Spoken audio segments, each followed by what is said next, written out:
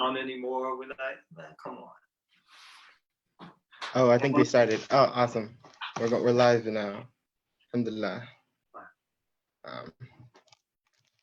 So, Afnan, are we good to go? Should we start? Send me a message and let me know.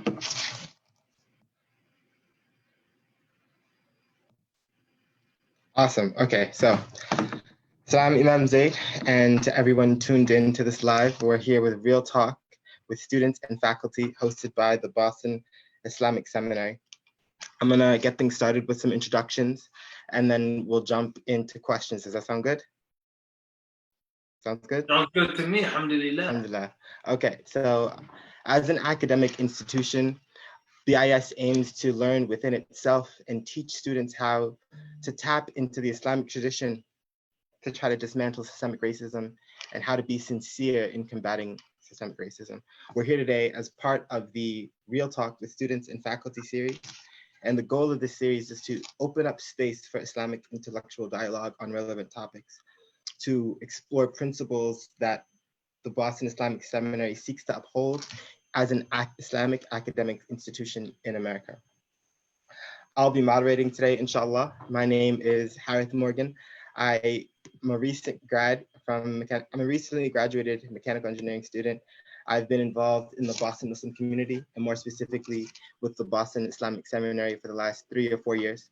For me, BIS has been a way for me to continue this life pursuit of deepening my Islamic knowledge and cultivating my love and respect for this faith.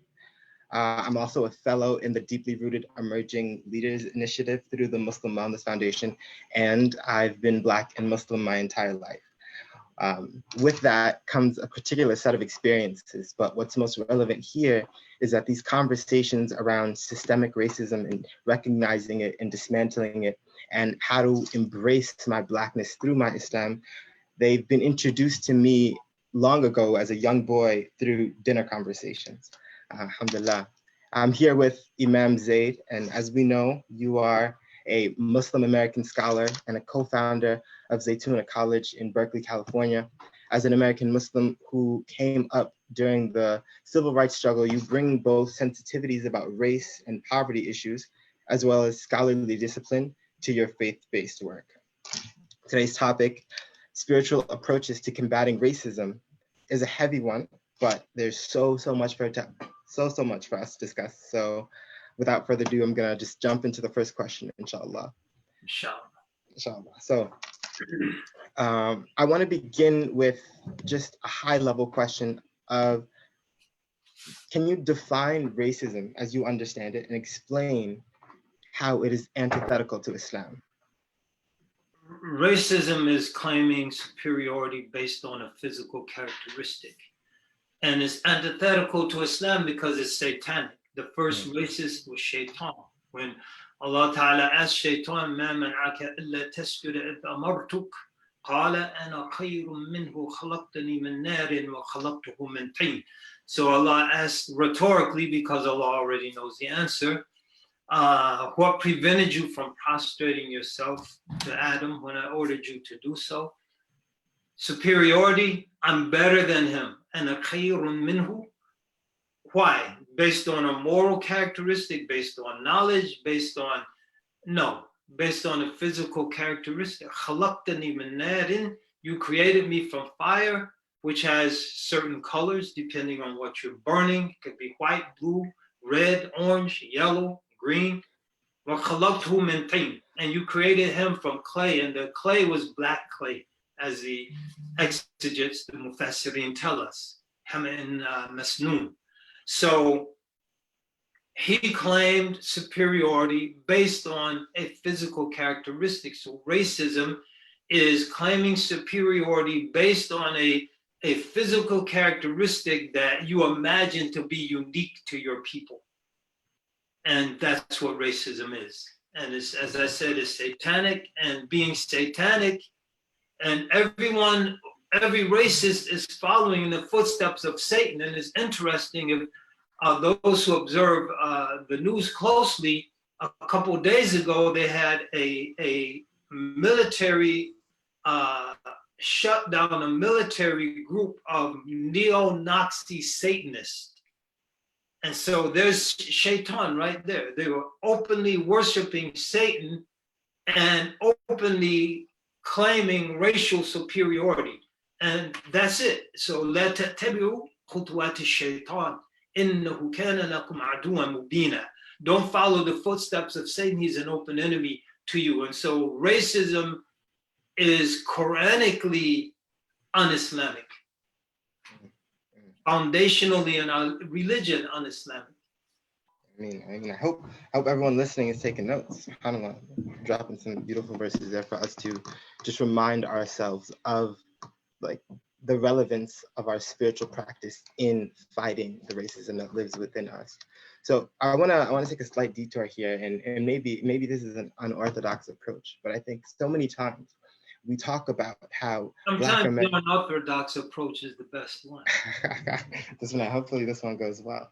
So many times we talk about how Black American Muslims make up a significant portion of the Muslim American demographic, right? And we understand or we cite how Islam came to the Americas through enslaved people, maybe before, we don't know. And then we take this narrative of, then there's this gap of time, then there's the Nation of Islam, then people convert. But what many people don't know is the fact that there's evidence of people that look like me and you, who practice Islam the way that me and you do, that have been in the Americas since as early as 1920, right? And so with that understanding, I wanna push the needle, and instead of just acknowledging Black American Muslims and then having conversations that are not targeted towards Black American Muslims, I wanna have this next question focus on the Black American Muslim. And personally, I'm being selfish right now, so may Allah forgive me. So the question that I have is, as a young Black American man, what are the things that I should be doing in this moment to move forward and really heal myself? I think, first of all, we have to acknowledge that the world is an abode of tests, trials, and tribulations. Racism is one of those tests. There are many, many others. And so we have to prepare ourselves to meet all of the tests. And to do that, we have to strengthen our connection with Allah subhanahu wa ta'ala. One of the leading, if not the defining slogans of the day is Black Lives Matter. And every African Muslim knows that his or her life matters with Allah subhanahu wa ta'ala. Allah says, وَلَقَدْ كَرَّمْنَا بَنِي Adam, and we're Bani Adam. So we don't need, a person who is connected with Allah doesn't need the affirmation of a racist institution. It doesn't need the affirmation of another human being to validate the value of his or her life. If we understand through our faith that Allah subhanahu wa ta'ala has given us value, and that Allah loves us regardless of our physical features. إِنَّ اللَّهَ لَا يَنْظُرُ إِلَى صُوَرِكُمْ وَأَمْوَالِكُمْ وَلَكِنْ يَنْظُرُ إِلَى قُلُوبِكُمْ وَأَعْمَالِكُمْ. Allah doesn't look at your physical forms. Allah doesn't care if we're black, white, red, yellow, brown. If someone purple came out of his mother's womb, or it wouldn't matter. With Allah doesn't consider that, nor does he consider your wealth. Allah doesn't care if we're rich or poor. وَلَكِنْ يَنْظُرُ إِلَى قُلُوبِكُمْ وَأَعْمَالِكُم. He looks at your heart and he looks at your deeds. And so that's the first step. The second step is realizing, okay, if I'm right with Allah, I'm right, but I live in a world where there's a lot of wrong. And we make a sincere niyyah and we try to address the wrong. We try to address the structural racism, the institutional racism. These things are real. A lot of people would deny them. They're real and amongst some elements of the Muslim community, but we should be very careful not to make blanket condemnation. There's much good in the immigrant-based community. Our brother Omari Gray, head-on collision, 9 children, wife, he's on the verge of death, Launch Good campaign, raises $1 million in 48 hours. Most of that money came from immigrant Muslims. And so, in the Oakland, California, the Zakat Foundation, an immigrant-based organization, distributed 35,000 pounds of fresh produce to primarily African Latino people in Oakland, California, Muslim and most of them non-Muslim. That's an immigrant-based organization. So yes, there are some negative things. There are people who've been made to feel extremely uncomfortable, marginalized, going into a masjid where the majority of the people were from someplace else. But we should, as we address that and educate our community and lead by example, by not manifesting any of those traits ourselves. And so Islam is a religion of action. We're not a religion of talk. We're not a religion of slogan. It's a religion of action. So first and foremost, make sure that my speech and my behavior doesn't manifest things that will be qualified as racist. And when we encounter it, giving the benefit of the doubt. This is, as Muslims, we don't demand our full right if we can do without it, but we always make sure we give the full right to others. If I owe you $100, I pay it back as soon as I can. If you owe me $100, I don't need it right now. You still need it. And so I'm hesitant to squeeze you. No, Harith, where's my $100? Yo, man, you don't know, I sacrificed to loan you that money. Yo, man, I need the money. No, it's not. Yeah, I hear that. Don't even mention it. I'm not even gonna bring it up. I don't need it right now. I'm not gonna bring it up, but I'm gonna make sure I give you yours as soon as I possibly can. Here's the money you loan me. I don't need it right now. That's all right. I'm good. I took care of what I had to. I got it back. Here it is. I said I was giving it to you on Thursday. It's Thursday. There you go. And so I think that's how we approach these situations. We have to definitely address them, but we address them from a position of magnanimity and a position of largeness of heart. That's the way of our Prophet, sallallahu alaihi wasallam. We don't run away from them. He didn't run away when Bilal, Abi Dhar, radiallahu anhu, says to Bilal, radiallahu anhu, Yabna Sauda, he was son of a black woman. The Prophet sallallahu alaihi wasallam, he didn't run away from it. Anta rajulun, anta imrun, bika al-jahiliyyah. You're a person, you have vestiges of pre-Islamic ignorance in you. He didn't run away from it. He addressed it, but he addressed it from a position of largeness and magnanimity and practicality. He told one of the dark-skinned Sahaba, either from the Africans or from the black Arabs, he's complaining no one will give him their daughter. Go to this aristocratic from the red Arabs, the Arab al-Hamra, the light-skinned Arabs, tell him to marry his daughter to you. And so he took practical steps. So we should always search out practical solutions to these nagging problems and not just talk about it, but do something about it. That's what I really like how you just spoke about how Allah has elevated us and how we can find and seek that love and that respect for ourselves within ourselves, and that we don't always have to look outwards, and how we should still seek to extend respect and respect the rights of others, even if sometimes our rights are disrespected. So like, I think servants of Allah. I mean our value is connected with our relationship with Allah. First and foremost, because the world is constantly changing. Today, the world, they say they love you. Tomorrow, the world says they hate you. So are we going to be on this roller coaster ride? When the world says they love me, oh man, the world is good. The world says we hate you, oh man, the world is messed up. No, Allah is, can Allah. وَلَا شَيْءَ مَعَهُ وَهُوَ الْآنَ عَلَى مَا عَلَيْهِ كَانَ. There was Allah and there was nothing along with him. He is now as he was then, unchanging reality. And so when we're connected to unchanging reality, that the value afforded us doesn't change because Allah doesn't change. The world changes. And so if we're with Allah, we're steady. If we're with the world, we're up and down today, we're happy, tomorrow we're sad. If we're with Allah, we might experience sadness, but there's always that joy of knowing, hey, I could worship Allah, could be fadlillah, or bi rahmatihi, فَبِذَلِكَ فَلْيَفْرَحُوا, let them rejoice, وَخَيْرٌ مِمَّا يَجْمَعُونَ. We're gonna move to the next question because we got a lot to cover, inshallah. But I just wanted to note, like, in a lot of the conversations that I've been having in the non-Black circles that I'm in, so many times I remind my friends that in a society that was built quite literally on anti-Blackness, we all harbor racism and resentment and some form of discrimination. We have to do the work to rid ourselves of that, me and you included, right? And especially people who don't belong to the group that is receiving the discrimination that is propagated by the society. But we'll move forward, inshallah. So we know that mercy and grace are important aspects in Islam. And as Muslims, we often struggle on a personal level with whether to show grace and mercy to those who hurt us.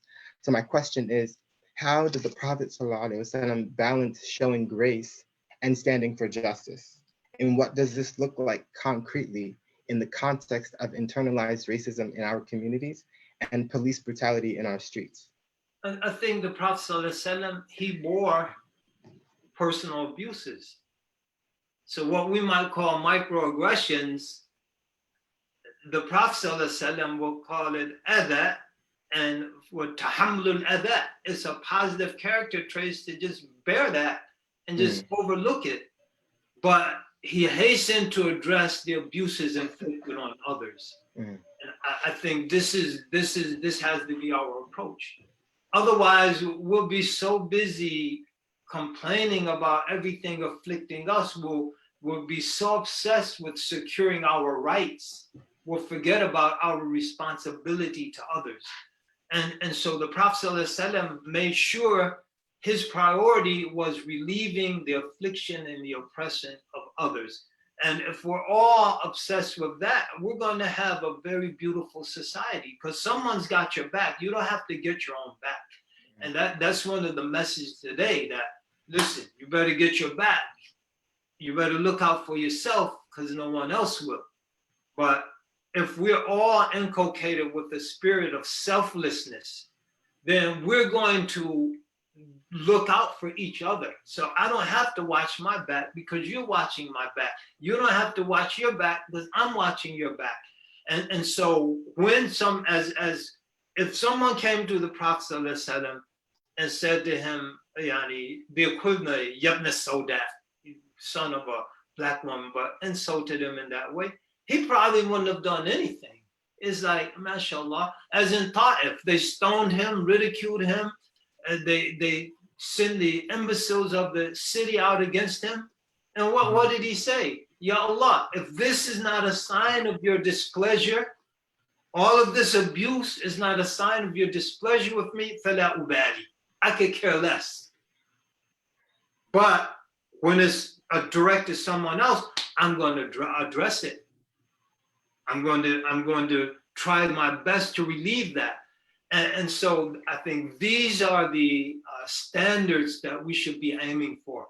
That personally, if this isn't going to harm me physically, because self-defense is an Allah-given right, or it's not going to lead me to look down on myself, because I know Allah has valued me and elevated me, then, I can deal with this. But other people, I'm going to do everything in my power to address the racism, to address the inequality, the injustice, etc. This is Malcolm. A lot of people, Malcolm beautifully said, when Malcolm X made the pilgrimage, declared his orthodoxy, came back to America, the first thing people asked him, they said, are you going to continue to be Malcolm X?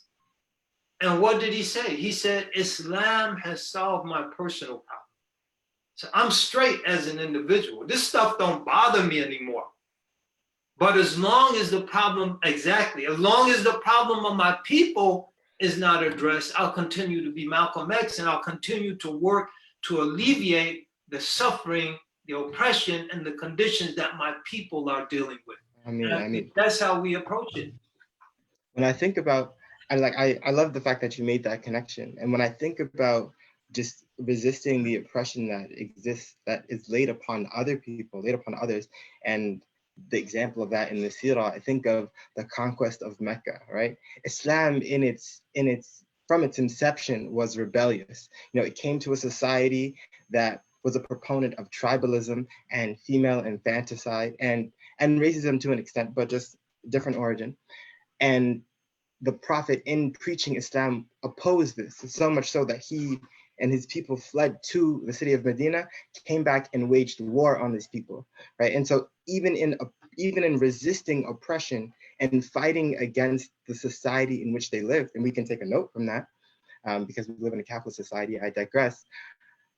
When he came back, he showed mercy. And he said, even though everyone here has wronged me in some way, personally, I forgive you, right? And he saved them from suffering the punishment that they inflicted upon him. So I think that's a really beautiful lesson.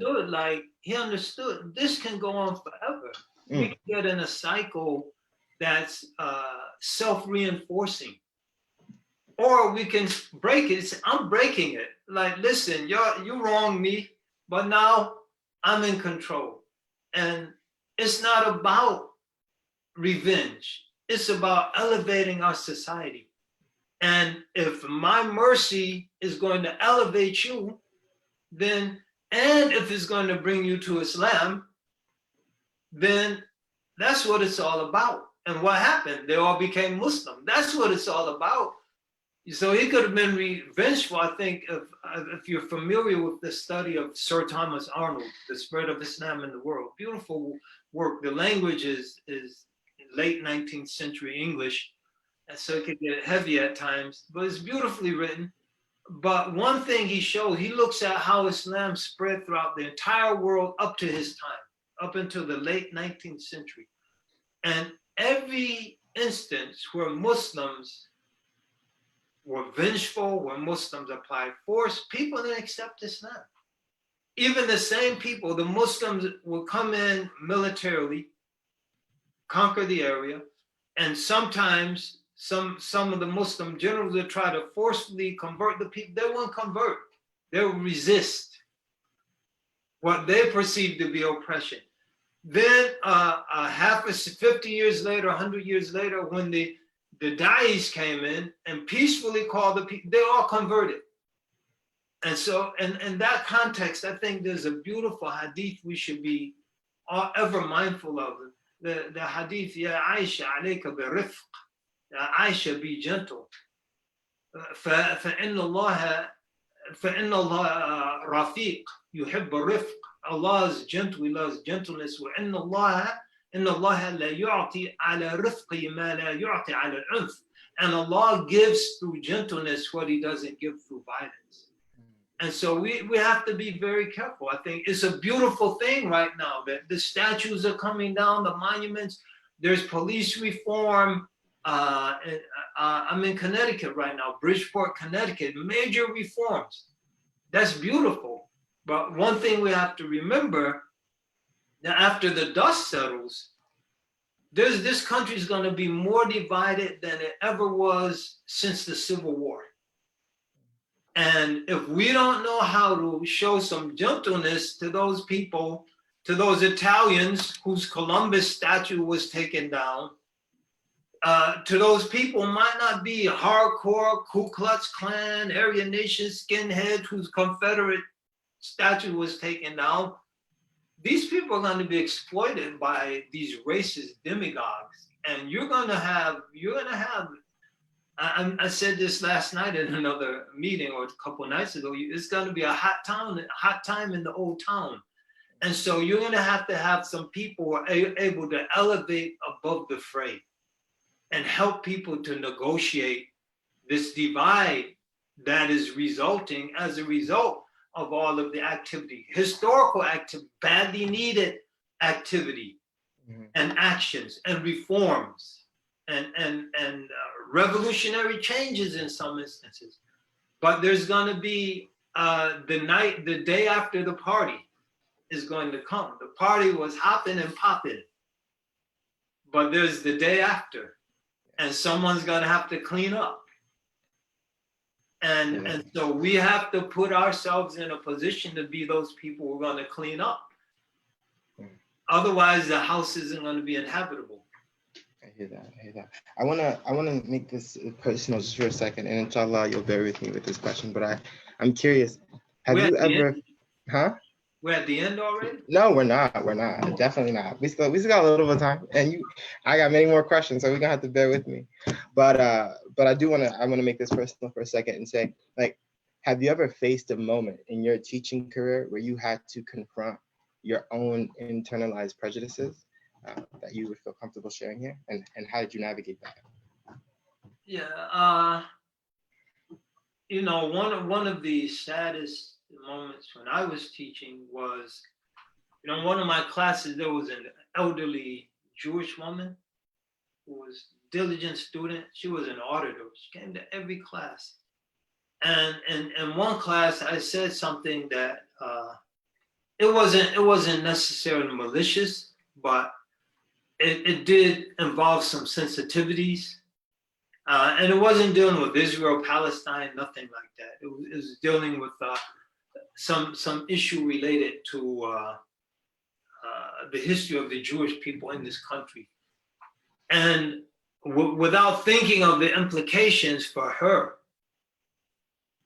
as opposed to how the rest of the class might perceive it, I mentioned it and she never came back.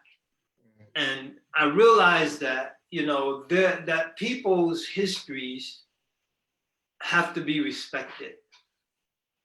And no matter what tangential issue. So Palestine-Israeli conflict is going to be there. And it's a very hot moment right now in that conflict after the killing of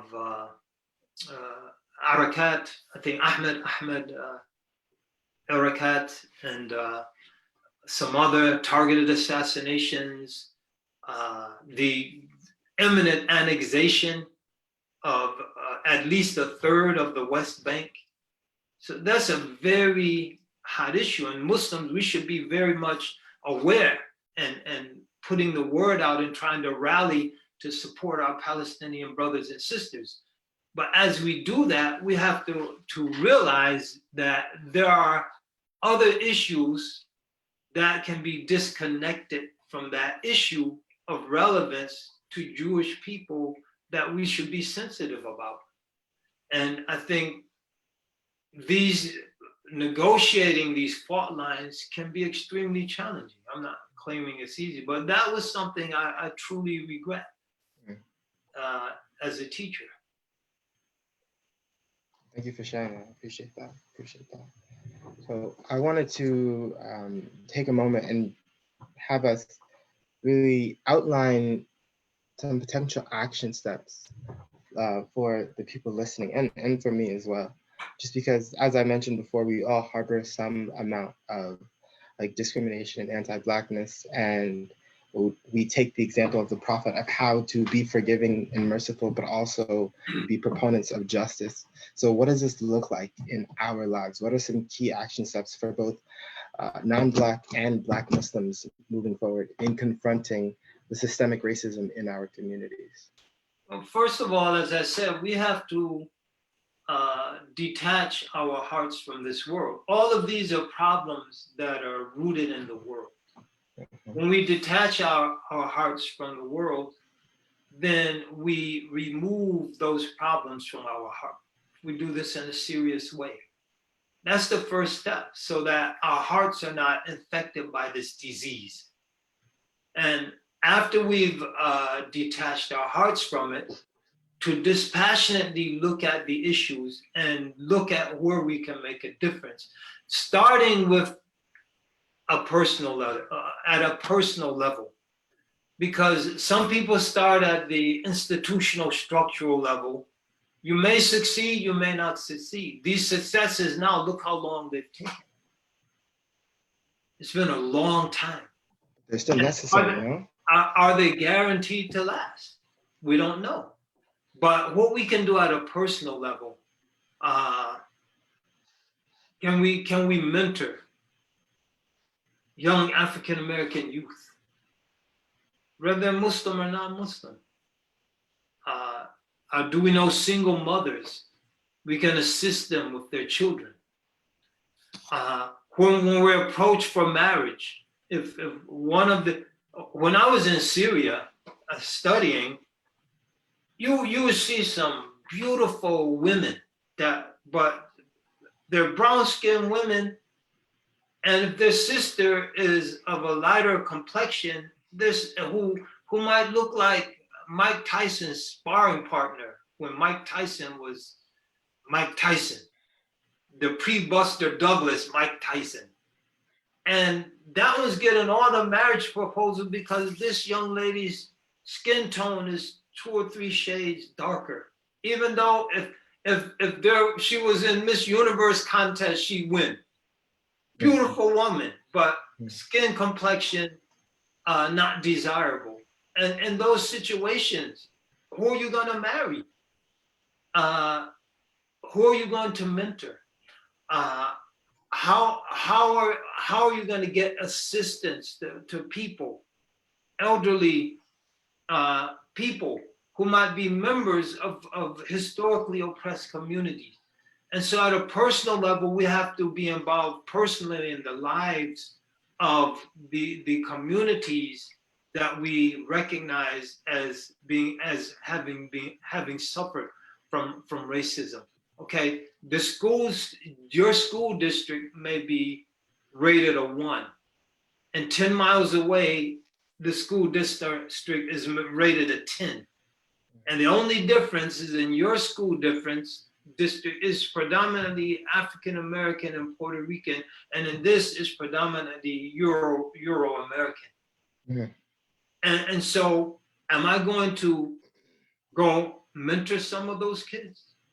Am I going to help them to get a head start to overcome the disadvantage created by this and what is it rooted in? This school district, where is 95% European American, is spending 3 times as much per child as this district, even though the money in this suburban community is generated in this inner city community.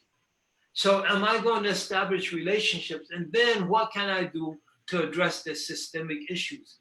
And by actively working to change them, whoever sees a wrong, change it with their hand. Speaking out against it, calling awareness to it, educating people about it. There might be people, you might have encountered them.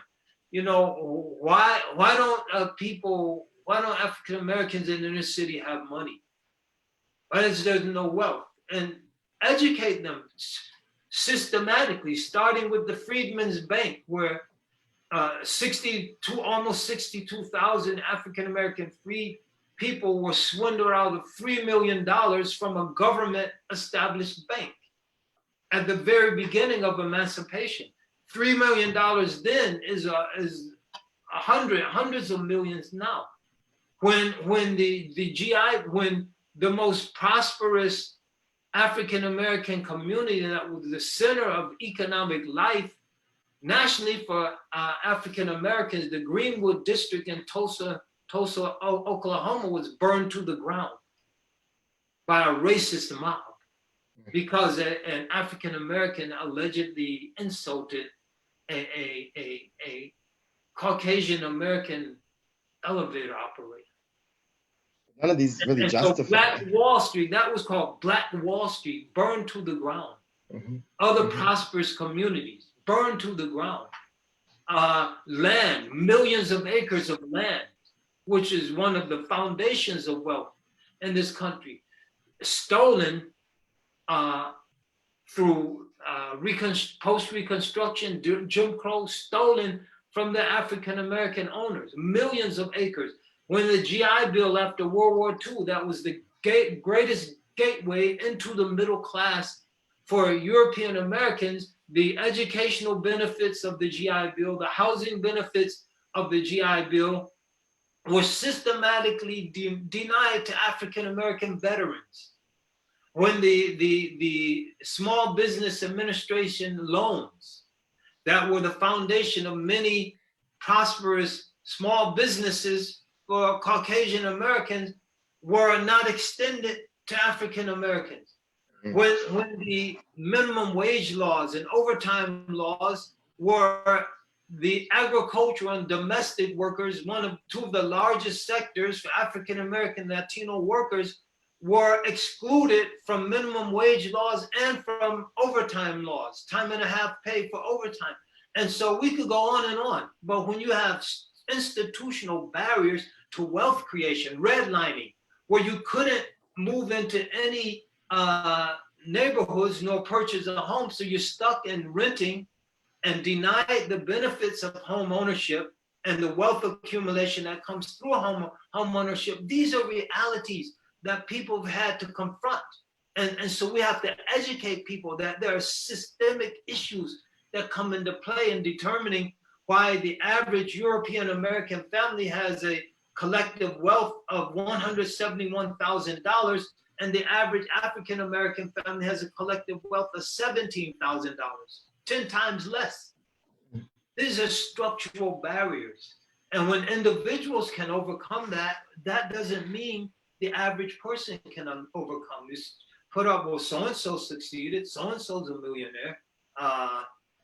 The pizza guy who ran for president as a Republican. Herman Cain overcome those. Mashallah, that's beautiful. Everyone isn't Herman Cain. And so everyone shouldn't have to overcome those barriers in order to begin to enrich themselves and to establish themselves financially. I hear that. I think that's important that you take the time to point out these systemic issues because, like you said, a lot of people don't recognize these. And I think one thing that is salient for us to recognize is that in American history, we've never known a society that did not harbor and build upon anti-Blackness and racism in different forms. Like never, since its inception, before its inception, it was racist, and it still is. Like, people don't acknowledge that. And so the vision of what an America is that is not racist is not found in American history. We have to look elsewhere, and we have to be really critical in trying to dream up this solution. I think we've had hints at it, though. So you think so? Absolutely. Well, before America was America, 1675, Bacon's Rebellion, where Bacon got the Euro-American slaves together with the African-American slaves to overthrow the system. And so that unified opposition, and each side respected the others. This was pre-white supremacy. White supremacy. Is it really though? Because it was in the context of slavery. Like I don't know if I can vibe with that. But yeah, it was. It was in the context of slavery. But what I'm saying, the Europeans were slaves and the Africans were slaves, and they all came together as slaves, despite their races. They overcame their racism to collectively work to end the oppressive slave system. And this is where white supremacy and what would become America was invented, because the establishment, the plantation owners, they said, you know, if this unity prevails, and so what does a post-racial, if you will, America look? It looks like a nation of unified citizens working collectively, as you see in many of these protests and demonstrations. Some are majority Euro-American. You've seen it with your eyes. Some are 50-50. Yeah. Most are significant participation from the European Americans. I hear that, but also I feel like this is what I'm saying. Let me finish. So that unity between those slaves were breaking. The plantation owner said, we have to free the white slaves and tell them they're better, to give them the motivation to not unite with the African slaves. Divide and conquer. That's the game. And so the first objective of white supremacy was not dehumanizing Africans. The first objectives was to break the unity of Africans and Europeans and opposing the system that oppressed both of them. That's the first, and the dehumanization, that was an intended consequence, but not the primary consequence. And so you've had flashes of that. You have flashes of that during the populist movement in the late 19th century, the same thing. And now you have flashes of it. As I said, this uprising right now, it is not an exclusively African uprising. You can identify leadership as African American if you choose, but the uprising itself is those outraged Euro-Americans seeing George Floyd inexcusably. So someone who's been sitting on the fence and not getting involved because there's an excuse. Well, Tamir Rice did have a gun, even though it was a toy gun. I said an unacceptable, pathetic excuse. Yes, I know. Yeah, I'm with you. But for someone looking for an excuse, there's an excuse. Ahmadou Diallo, he did reach into his pocket, he had to pull out his keys to open his door with his back to the cops. Mm. But if you're looking for an excuse, there's a pathetic excuse. George Floyd, there's no excuse. 9 minutes.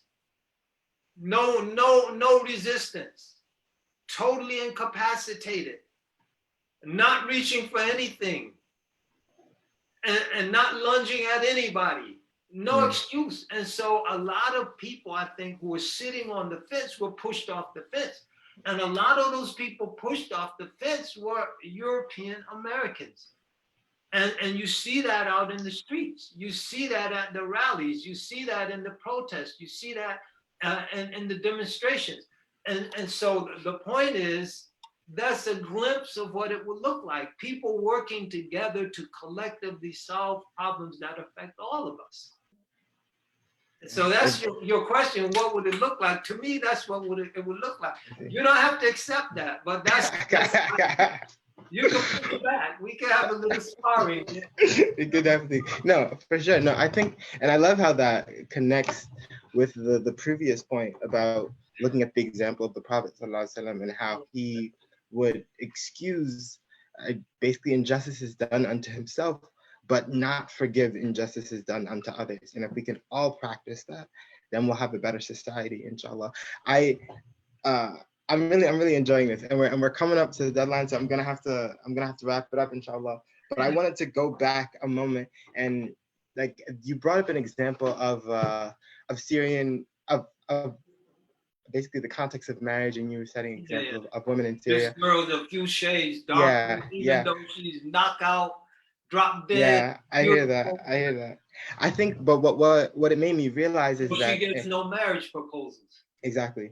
What it made me think about, not necessarily in this context, but in conversations that I've had with my friends in this moment, is that we have to face simultaneous discrimination that sits within us, right?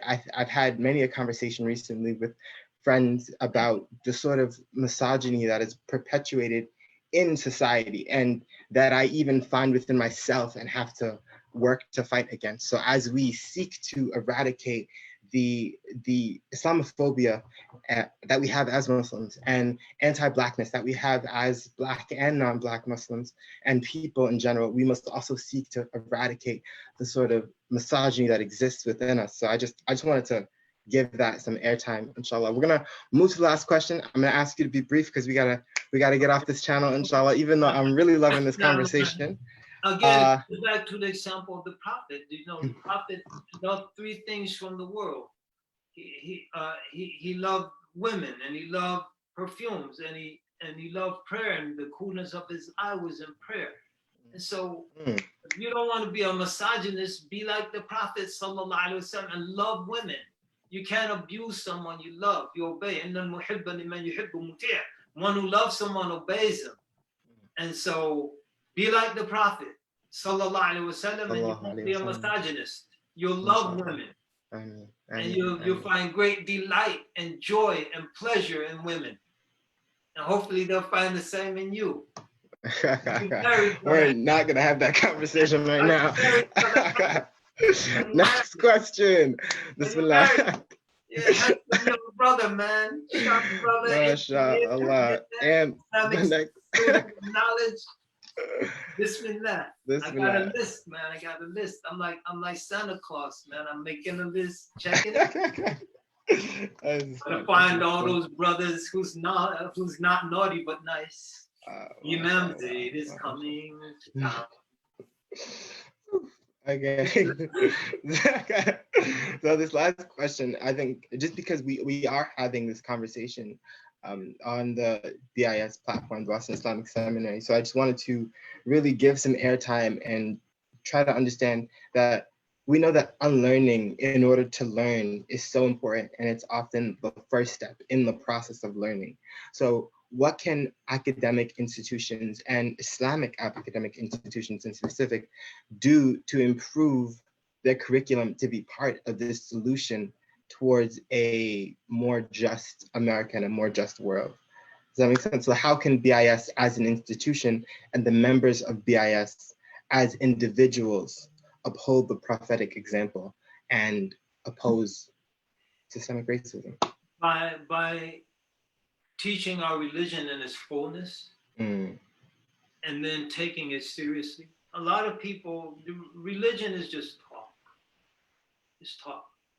But one of the strongest condemnations in the Quran from our Lord, is directed to believers, not directed to kuffar, munafiqun. One of the strongest, يا أيها الذين آمنوا لما تقولون ما لا تفعلون كبر مقتا عند الله أن تقولوا ما لا تفعلون. O you believers, why do you say that which you do not do? It is tremendously hated with Allah that you say that which you don't do. And so we have to put the teachings of this religion into practice in our lives, and then we have to hold each other accountable. And so our educational institutions have to focus on, we are teaching and learning this religion to implement it. This isn't knowledge to say like, oh, I read the adventures of Tom Sawyer and Huckleberry Finn. And so I could check that off my cultural list. So I'm a cultural, I read the Uncle Tom's Cabin, check. No, I read this aspect of the Quran, I studied the rulings associated with it, and I implemented it. I studied this aspect of the Sunnah. I studied the rulings associated with it, and I implemented it in my life. And in terms of racism, in terms of anti-Black colorism and racism and prejudice, there are teachings. We mentioned a few of them. We have to study, and then we have to implement, and then we have to hold each other accountable. And if our educational institutions can do that, they'll make a positive contribution to changing the situation for the better. I mean. Well said, well said. So I wanna acknowledge the context that we're having this conversation in, and I want to take a moment to list some of the names of Black Americans who have been unjustly killed by the police in the last few years. Just as a reminder, huh? Let's go back and forth. You do one, I'll do one. You want to? Okay. Let me. I actually have. I've been exhausted. I had to write them down because I was not going to be able to come up with all these names off the top of my head. I have to confess, but I will send you a picture. No, I'll do it from my head. Okay, you got it like that, mashallah. Yeah. Okay. John Crawford. Alden Sterling. Eric Garner. Oscar Grant. Michael Brown. Gary King. Michelle Suso. Tamir Rice. Laquan McDonald. Trayvon Martin. Eric Harris. Sean Bell. Walter Scott. George Floyd. Breonna Taylor. Sandra Bland. SubhanAllah, and so many more. I think it's important for us to recognize that, like, this, we're brought to this moment in American history where we're more cognizant of the brutality against Black Americans, but it's been a constant reality, and it's been in the national press for years, right? This is something that we have been facing and that we are facing. And while I fear that this is a trend in this most recent moment, we have to remember that a trend will not suffice. When this is no longer the top story in social media, we still have to work to eradicate the system that has allowed this to come about. SubhanAllah, getting questions from, I just want to take a moment to call on questions from the audience because we have been going back and forth, and I hope that people listening in have enjoyed the conversation, but I want to give y'all a moment to offer a question. We don't have too much time, but we'll take one question, inshallah, from the audience. Never mind, SubhanAllah. This is Harith's first time, and he's going to do better. One second. Actually, no, we did get a question. We did get a question from someone in the audience. So, and I'll read it verbatim. A serious question now. So a serious question. Now I could be wrong, but I feel like there's a lot of hurt within the African American Muslim community towards the Arab Muslims for good reason too. What would make things better? Do you want me to repeat it? No. There's a lot of hurt and pain in the African American Muslim community concerned primarily Arabs, corner stores, liquor stores, whatever, callousness, and so, and there are actions that are condemnable. But I think that we have to elevate ourselves in order to elevate others, and so we have to understand where those attitudes come from. We have to understand why those attitudes perpetuate themselves. And then we have to enter into a process of dialogue and education and example to elevate people above those attitudes. And while we're doing that, we have to strengthen our connection to Allah subhanahu wa ta'ala. Because as I said, if once we are strong in our connection with Allah, no human being can hurt us.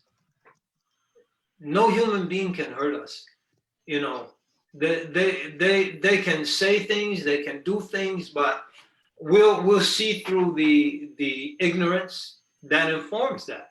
So when the Prophet ﷺ addressed Abi Dhar, when he insulted Bilal racially, Yabna Saudat, he didn't say, Anta Umrun fika al-unsuriya. You're a person that has racism in you. It's Anta Imrun fika al-jahiliya. You're a person that has un-Islamic ignorance in you. And so we have to teach people the principles of Islam, reinforce those in them, do everything to burn that into their consciousness so that they're able to elevate above that ignorance. So ignorance, they don't know. They don't know the pain they're causing people. They don't know the un-Islamic nature of their actions. Mention, you're following the footsteps of Satan when you engage in racial actions. I'm sure they don't know that. And so we have to rise above them so we can pull them up. If we go down to their level, you insulted me like this, I'm going to insult you. A matter of fact, I'm going to burn your store down. So what does that solve? Now they're really mad and they're going home saying some really nasty stuff. And so back and forth. And it's back and forth. And someone has to elevate the other party. And someone might say, well, it's not going to be me because when I do that, I just get trampled on or whatever. No, you don't do it for yourself. You don't do it necessarily for the other person. You do it for the sake of Allah and for the reward Allah has prepared for you in the akhirah. And that's the difference between us, a Marxist and atheist. For those latter two, the world is it. It's a zero-sum proposition. It's all or nothing here in this world. But the believer believes in the akhirah. and believes this world compared to the akhirah is nothing. What is 100 years if Allah gives us 100 years in this place compared to pre-eternity that preceded it and eternity that comes after it? And Jannah, khalidina fiha abada, residing forever in Jannah. And so our motivations are different. And the way we look at problems are different. There are areas of overlap, and we cherish those. That with this secular, even atheist movement, we can come together and address this issue from this perspective. But there's an area that's exclusively for the believer. You know, as the Prophet mentioned in the Hadith, it's all good for the believer. If and that's only, well, they said that that's only for the believer. If some good befalls them, they thank Allah, and that's best for them. And if some difficulty befalls them, they patiently work through it, and that's best for them. And so we have a different calculus, and we should never abandon it. We should never abandon it. When the wives of the Prophet ﷺ, they started pushing up on him for dunya. They wanted more dunya. The other women have all this dunya. What did Allah reveal? Ya nisa an-nabi lastunna ka ahadun min an-nisa. O wives of the Prophet, you're not like other women. And as believers, we should always remember we're not like other people. They're definitely, we stand with the oppressed. We acknowledge their struggles, but we're not hook, line, and sinker 100% in sync with someone who doesn't even believe in Allah. We have another realm that informs how we approach these problems, and we have to hold on to that. Otherwise, there's no hope for people, because sooner or later, as they say, the empire is going to strike back. The empire strikes back. And when that happens, if there's no faith, people are gonna, we did all this, we struggled, we changed, and now look, 20 years later, it's back to square one. It's hopeless. No, the believer says, no, it's not hopeless. We made a sincere intention. We did our best, and now we depute the affair to Allah, because we're believers. Allah give us tawfiq, taysir, and kabul. I mean. Imam Zaid, thank you so much for these insightful answers today. I pray that we can all extract benefit from this, and that Allah help us to be sincere in our commitment to fighting for justice, and that He helps us to fight against and struggle against the oppression that we see from within ourselves and all around us, and that He grants us success in this fight, inshallah. So before we wrap up and close off, I just want to ask if there's anything that you'd like to add, inshallah, before we close off. Just, brothers and sisters, despite all of the pain, continue to hold on to your faith. Despite all of the pain, continue to find joy. We have to have the ability to find joy in the pain. And the believer has that. We have so much to be joyous about, especially in this country. We have clean water. Many of our brothers and sisters, especially now in this COVID virus, systems have broken down. There's no potable water. There's no sanitation. There's no work. And it's a question, we like you said, Brother Harith, you've been indoors. How's the masjid? I don't know. I've been inside. You know, really exposing me out here. Like, okay, after all of this. No, that's me, that's you, that's all of, most of us in this country have that luxury.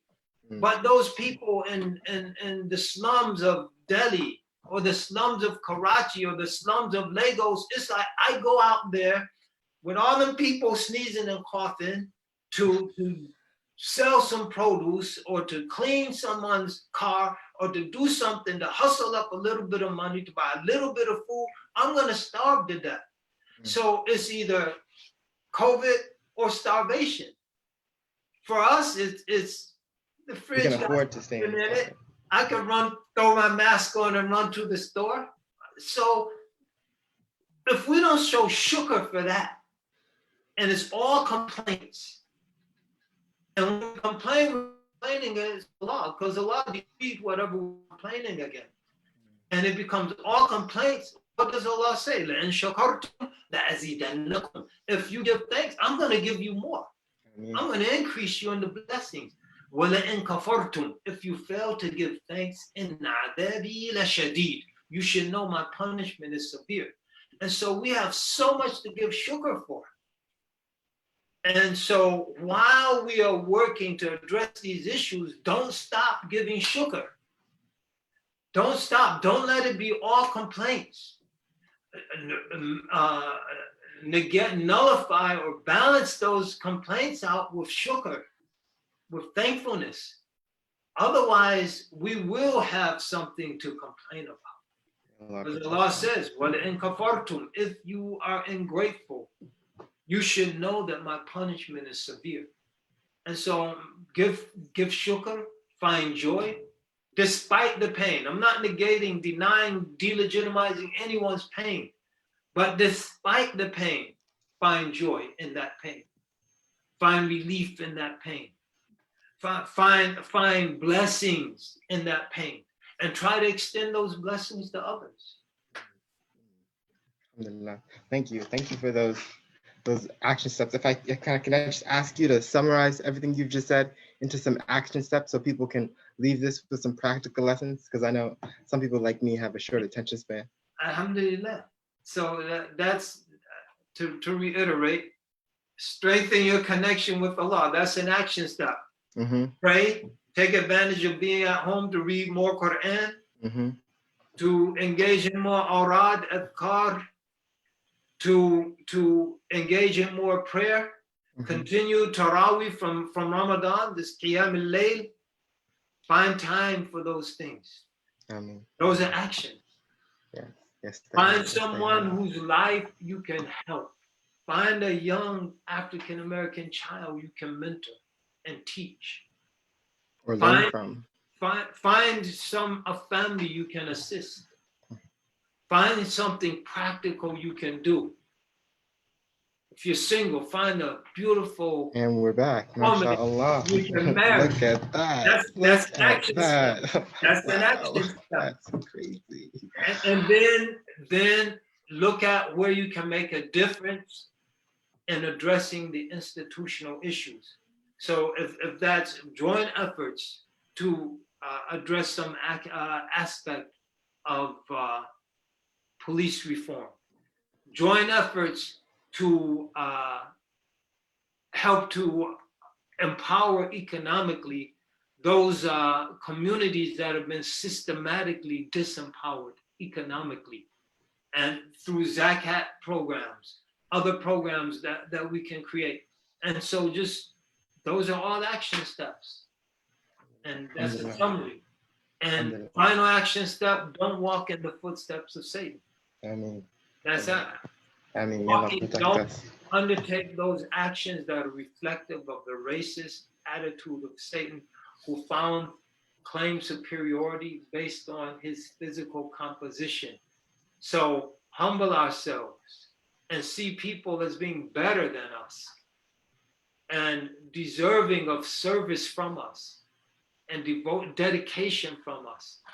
And if we can do those things, we will make a tremendous difference collectively as a community.